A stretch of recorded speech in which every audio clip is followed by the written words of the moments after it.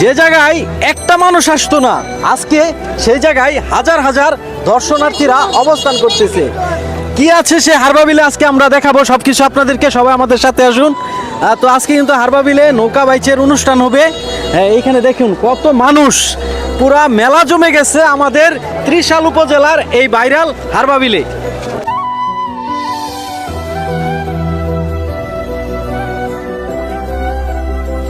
আজকে হারবাবিলে এক নৌকা বাইচ খেলার আয়োজন করেছিল। দূর দূরান্ত থেকে দর্শনার্থীরা ছুটে এসেছে এই গ্রাম বাংলার ঐতিহাসিক খেলা দেখার জন্য।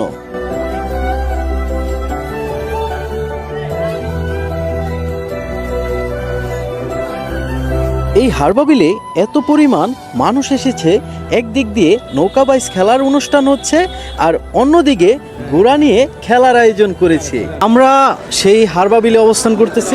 আজকে হারবাবিলে নৌকা বাইচের অনুষ্ঠান করা হয়েছিল, কিন্তু এখানে বুঝতে পারতেছি না কখন শুরু হবে। হ্যাঁ, কারণ ঘোড়ার দৌড় হয়েছে। হ্যাঁ, ঘোড়ার দৌড়। আজকে এখানে হাজার হাজার জনতা। আজকে হারবাবিলে এক সময় ডাকাতের ভয়ে কেউ আসতে চাইতো না, আজকে সে হারবাবিলে হাজার হাজার দর্শনার্থী এখানে অবস্থান করতেছে। দূর দূরান্ত থেকে সবাই কিন্তু আসতেছে। এই এলাকার কিছু স্থানীয় মানুষজন এক বিশাল নৌকা বাইচ খেলার আয়োজন করেছিল, কিন্তু আমরা আন্তরিকভাবে দুঃখিত, এই খেলাটা হচ্ছে না। এখানে খেলার জন্য নৌকা আসার কথা ছিল 5টা, কিন্তু নৌকা এসেছে একটা। গ্রামবাসীকে আমি একটা কথা বলবো, আপনারা এই বিশাল খেলার আয়োজন করেছেন, কিন্তু এই দূর দূরান্ত থেকে চলে এসেছে এই খেলা দেখার জন্য হাজার হাজার দর্শনার্থীরা।